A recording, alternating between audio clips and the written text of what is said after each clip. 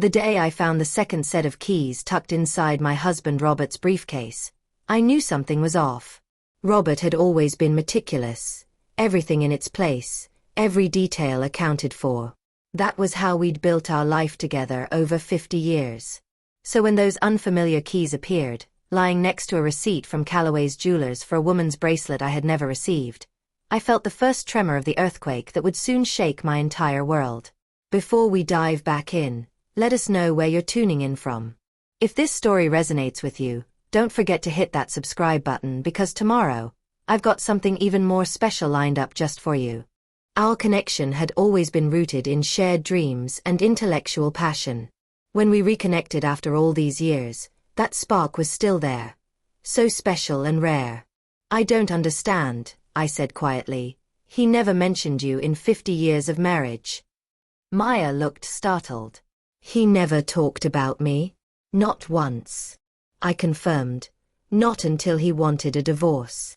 That seemed to trouble her. That's odd.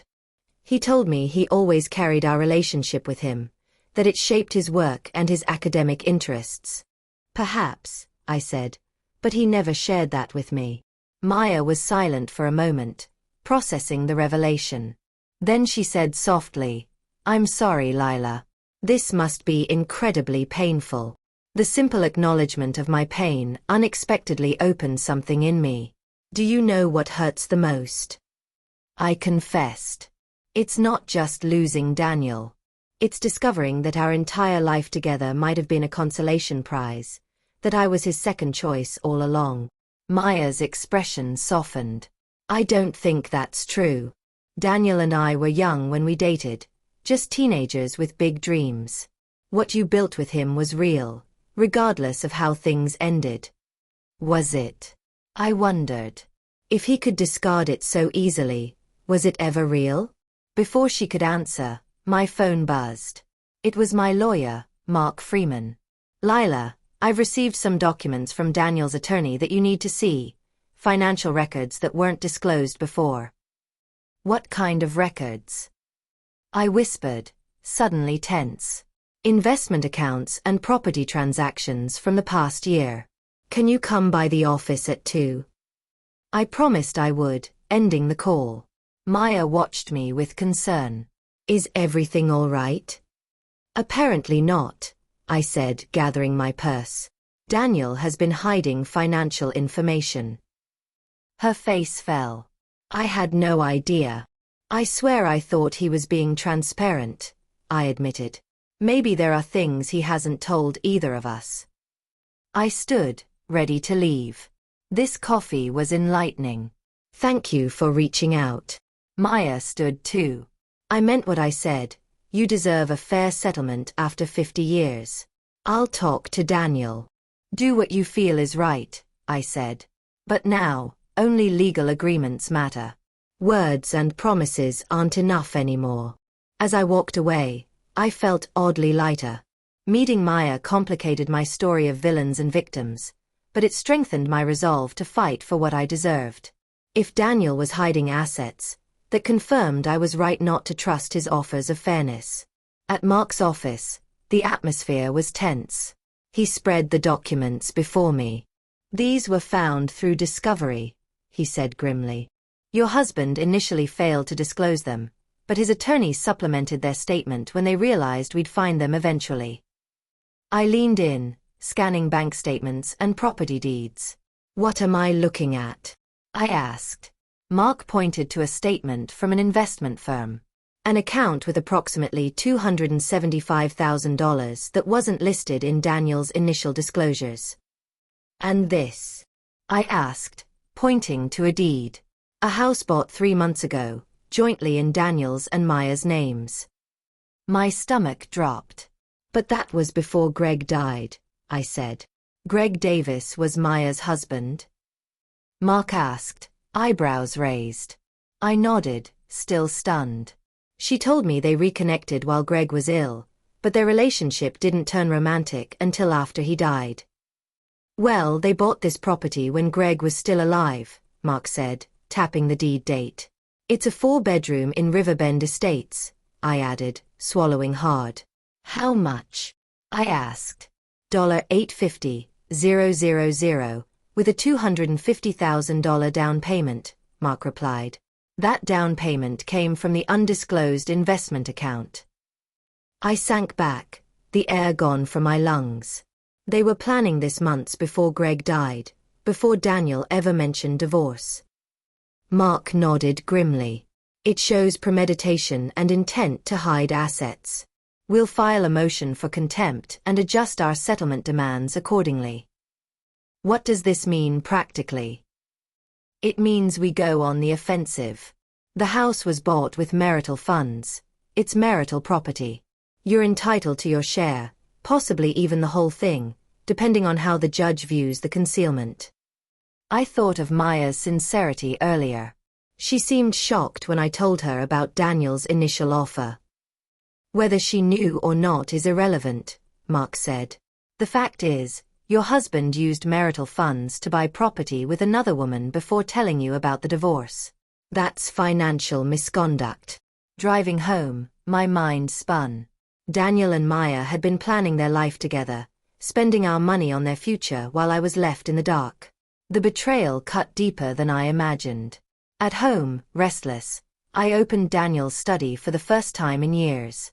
His domain, meticulously organized, filled with academic books, papers, and decades of correspondence. I found a small leather-bound journal in the bottom drawer. The handwriting was unmistakable. I hesitated but started reading. The entries began 5 years ago, sporadic at first, then more frequent. May 12, 2020. Saw Maya at Greg's retirement party. She's still brilliant, beautiful, understands my work in ways Lila never could. Felt a connection I haven't in decades. September 3, 2020. Messaged Maya about Greg's early-stage dementia. Offered advice from my mother's experience. Strange to reconnect but feels natural. The journal chronicled the progression of their relationship, from friendship, to emotional affair, to planning a future together. July 8, 2022. Made the decision, once Greg passes, I'll tell Maya how I feel. Then I must tell Lila our marriage has run its course. August 15, 2022. Found the perfect house in Riverbend Estates. Maya doesn't know yet. It will be a surprise. Started moving funds to a separate account to prepare. September 29, 2022. Greg passed. Funeral will be hard. I must maintain the facade of old friends. My heart breaks for Maya. November 10, 2022. Told Maya I love her today. She cried. We thought it was too late, but it's not. We'll build our life now. December 5, 2022. Showed Maya the house. She was overwhelmed. Signed papers. Our future is real now. I closed the journal, hands trembling. Each word was a fresh wound. While I decorated our home, cooked meals, bought gifts, Daniel planned his escape, his new life with Maya. And poor Greg, whom Daniel pretended to support while plotting behind his back. My phone buzzed. A text from Daniel. We need to talk. Dinner at the Grand tomorrow at 7 p.m. The Grand, the place for special occasions. I typed back. Can't make it. Ask Maya about our coffee. Ask her how she feels about buying a love nest 3 months before Greg died. His reply came quickly. What are you talking about? I didn't answer. Instead, I called my daughter, Sarah. When she answered, I cut straight to it. Did you know Dad bought a house with Maya 3 months before Greg died while he was still married to me? There was shocked silence. Mom, that can't be right. Dad told me their relationship wasn't romantic until after Greg's funeral. He lied, I said bitterly. He's been lying to all of us. I'm coming over, she said firmly. Sarah arrived, face full of concern. I shared notes from the journal but held back the original until I spoke to Mark. Sarah read silently, her disbelief turning to horror, then anger. That manipulative liar, she whispered, unable to finish. I'm so sorry, I said, the fight draining out of me. But it proves I can't trust him anymore. Not him, not his stories. Sarah squeezed my hand. What can I do? Just believe me, I said. Don't let him twist the narrative. I do believe you, she said firmly. That night, as I sat alone, the cold comfort of truth settled in. The humiliation, the betrayal, it was all real. But so was my resolve. The next morning, Sarah and I met at the cafe downtown to meet Greg Jenkins, Maya's nephew. He was a man in his 40s, with the same kind eyes and thoughtful demeanor I'd always associated with Greg. After introductions, Greg got straight to the point. Mrs. Hamilton, he began carefully, my Uncle Greg was a good man who loved Maya. What Daniel and Maya did, carrying on their relationship while he was ill, planning for after his death, it was reprehensible. You knew about their relationship all along? I asked, my voice tight. Greg nodded grimly. I managed my uncle's care during his illness. I was at the house often, sometimes when Daniel visited. At first, I thought nothing of it, just an old friend helping out. But then I noticed the little things. Long walks, private talks, texts that made Maya smile like I hadn't seen in years. Did you confront them? Sarah asked. I confronted Maya. About 3 months before Greg died, she denied anything was wrong, said Daniel was just being supportive. But then I found emails on Greg's computer. Maya had forgotten to log out of her account. What did the emails say? I asked, already fearing the answer. They discussed their future together, properties they were considering, trips they planned.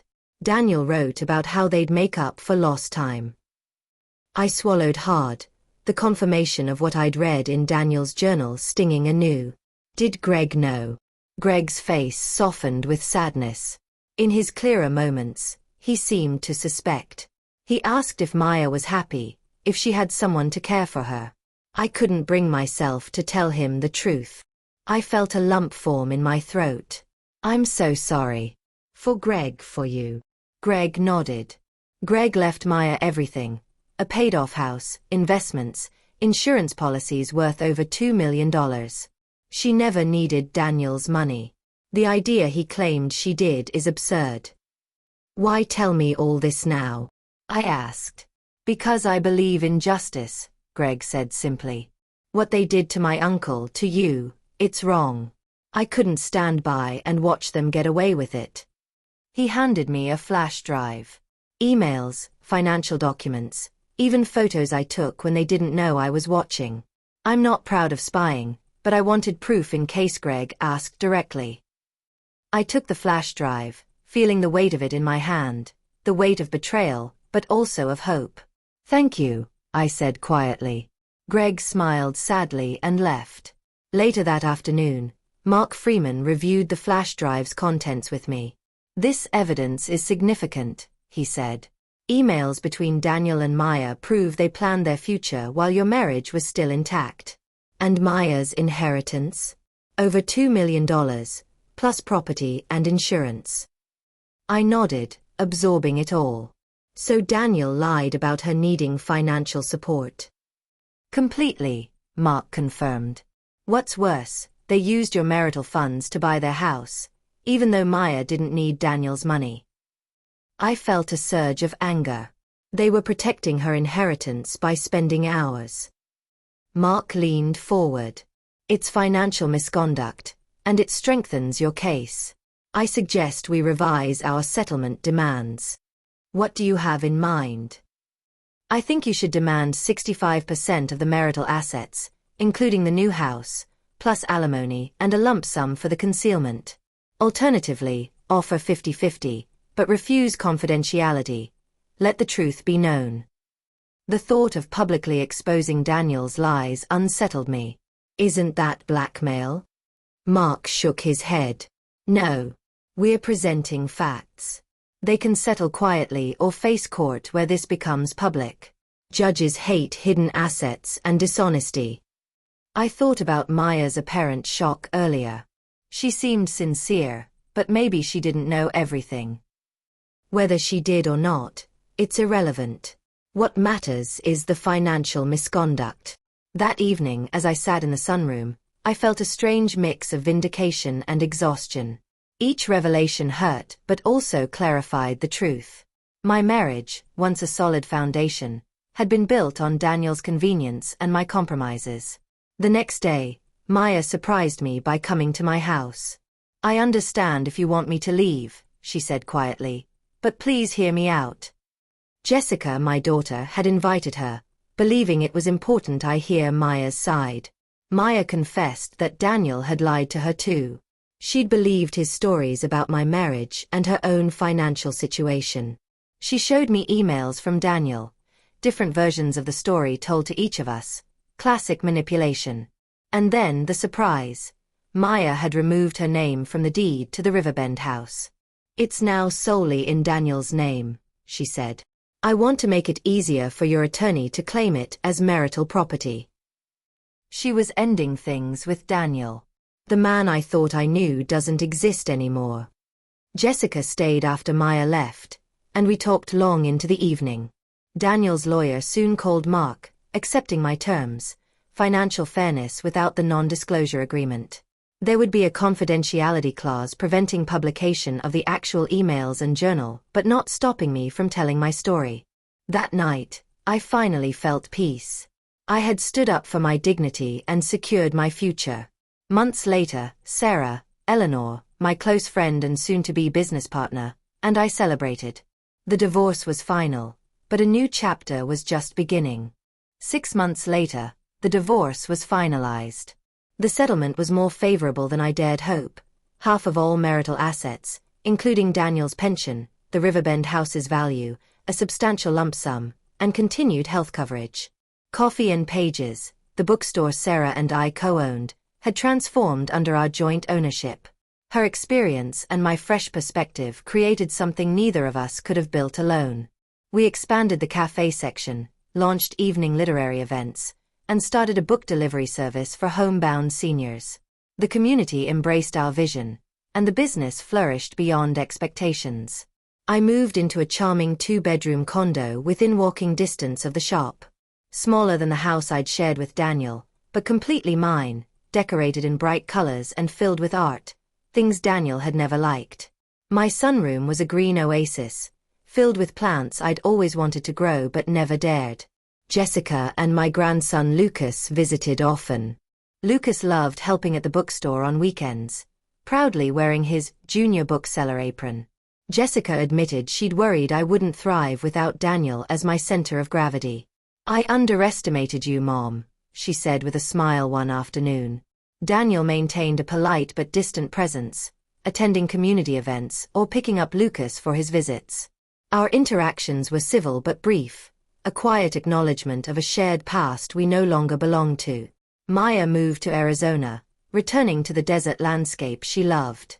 According to Jessica, who kept in touch, Maya joined a writers' group and was working on a memoir. Daniel had tried several times to reconcile, but Maya was firm. She was done with him. Ironically, both women Daniel had believed essential to his happiness had found strength and independence beyond his reach. Sarah and I developed a routine of closing the shop early on Wednesdays to attend art history lectures at the community college. I discovered a passion for Renaissance painting that surprised me. I found my voice in class discussions, earning respect from professors and younger students alike, a confidence Daniel had never allowed me to nurture. One Wednesday, Sarah nudged me as we left class. "That gentleman from ancient architecture has been watching you for weeks. I think he's finally working up the courage to say hello." I laughed. "I'm 72, Sarah." "You're 72, not dead. And you're radiant," she insisted with a mischievous grin. The thought of connection, whether romantic or simply human, felt like a breath of fresh air. The memoir writing workshop I joined helped me heal. Putting my story on paper, the sacrifices, betrayals, and newfound strength, transformed pain into resilience. My mentor suggested publishing, but for now, I was content reclaiming my story for myself. On the anniversary of finding Daniel's keys, I hosted a dinner at my condo. Jessica, Stephen, Sarah, 2 new friends from my writing group, and the art history professor who had finally introduced himself joined me. We toasted, not to divorce or loss, but to new beginnings that a year ago had seemed impossible. Later, as Jessica helped with the dishes, she asked softly, "Are you happy, Mom?" "Truly happy." I considered her seriously. "I'm fulfilled," I said. "Engaged with life in ways I'd forgotten were possible. Valued for my mind, my opinions, my contributions." I smiled at her. "I'm genuinely happy, not in spite of losing the life I had, but because that loss forced me to create something better." That night, standing on my balcony among thriving plants, watching city lights sparkle against the dark sky, I realized a truth I'd learned too late. A life spent supporting someone else's dreams can never be as fulfilling as a life spent pursuing your own, no matter when you begin. Sometimes, the most devastating betrayals lead to the most profound transformations, if we have the courage to walk through the fire and emerge reborn on the other side. Spring settled into the city with a gentle warmth, and with it came a new rhythm to my life. The chaos of the past year had settled into a quiet strength. Each morning, I woke not to the echo of old betrayals but to the promise of new possibilities. Coffee and pages thrived under our shared stewardship. Sarah and I had become partners in more than just business. We were collaborators in creativity and companionship. Our expanded reading series attracted a devoted following, and the cozy cafe buzzed with life in a way I hadn't experienced in decades.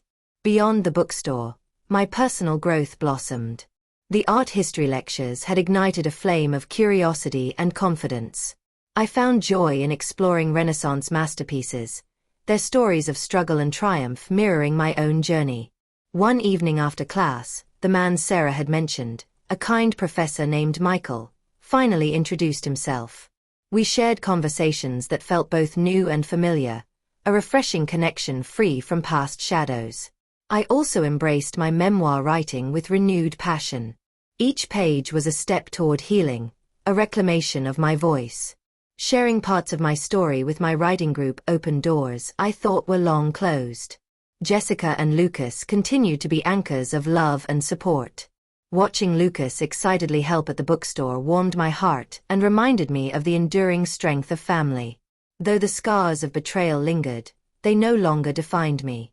I had stepped into my own light, unburdened by the weight of others' deception.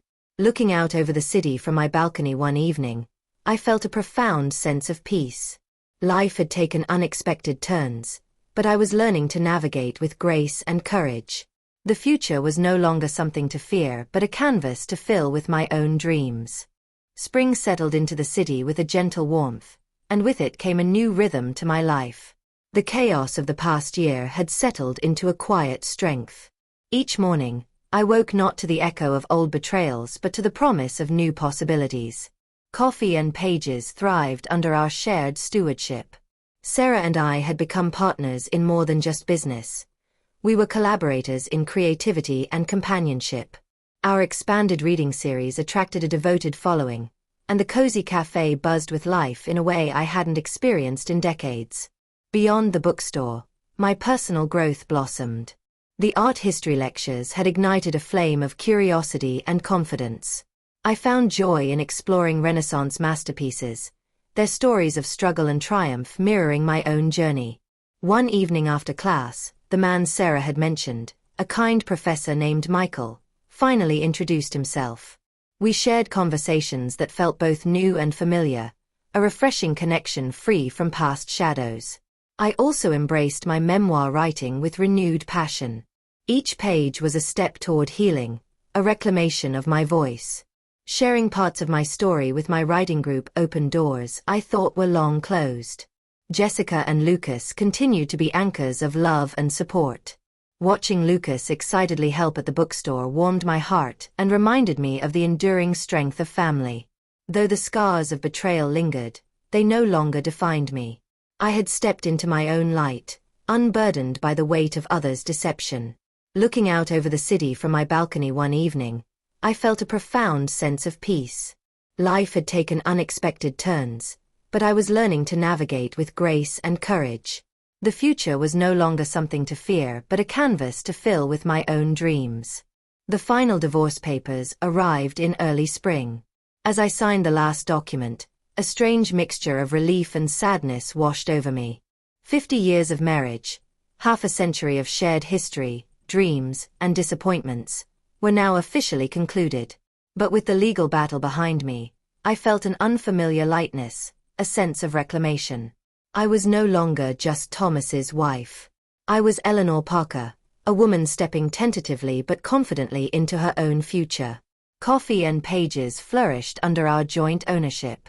Eleanor's experience running the shop combined with my fresh perspective sparked new life into the business. We expanded the cafe area, introduced evening literary salons, and even started a delivery service for homebound seniors, which became unexpectedly popular. The community embraced our vision, and the shop became a vibrant hub, full of laughter, ideas, and connection. It was more than just a store, it was a symbol of rebirth for both Eleanor and me. Michael, the professor from my art history class, became a regular visitor. His gentle demeanor and keen intellect were refreshing. One afternoon, over cups of tea and stacks of art books, we discussed organizing a lecture series for the community. There was a quiet understanding between us, an easy companionship that felt both new and familiar. For the first time in decades, I allowed myself to imagine what a deeper connection might look like. Not just friendship, but something more. It was a tentative step, but a hopeful one. Jessica and Lucas were constant sources of comfort and joy. Lucas, with his wide-eyed curiosity and boundless energy, proudly wore the tiny junior bookseller apron we'd made for him, helping at the shop on weekends. Jessica often confessed her relief to see me thriving, no longer the shadow behind Thomas's life but a woman fully engaged in her own. Those visits filled the house with warmth, laughter, and the promise of family bonds growing stronger despite everything. Patricia moved to Arizona, returning to the desert landscape she loved. Through Jessica, I heard she had joined a writer's group and was working on a memoir, a form of healing and self-discovery much like my own. Our brief alliance during the turmoil of the divorce had ended on respectful terms.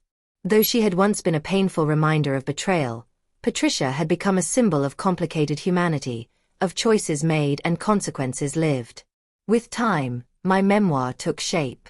Writing became a sacred act, transforming pain into power, loss into wisdom. I chronicled my decades of sacrifice, the betrayals I'd endured, but also the strengths I'd uncovered, the resilience, the intellect, the courage to begin anew. My writing mentor encouraged me to publish, but for now, simply reclaiming my story was enough. The act of telling it was itself an act of liberation. One clear spring evening after closing the shop, I stood on my balcony surrounded by flourishing plants, the exotic blooms a testament to the risks I'd finally taken. Below, the city lights shimmered, a glittering reminder of all that lay ahead. I thought of the woman I'd been and the woman I was becoming, stronger, wiser, and unbound. Raising a glass of wine to the stars, I whispered a toast to myself, to the journeys ended and the ones just beginning. "Here's to me," I said softly. And for the first time in a very long time, I believed it.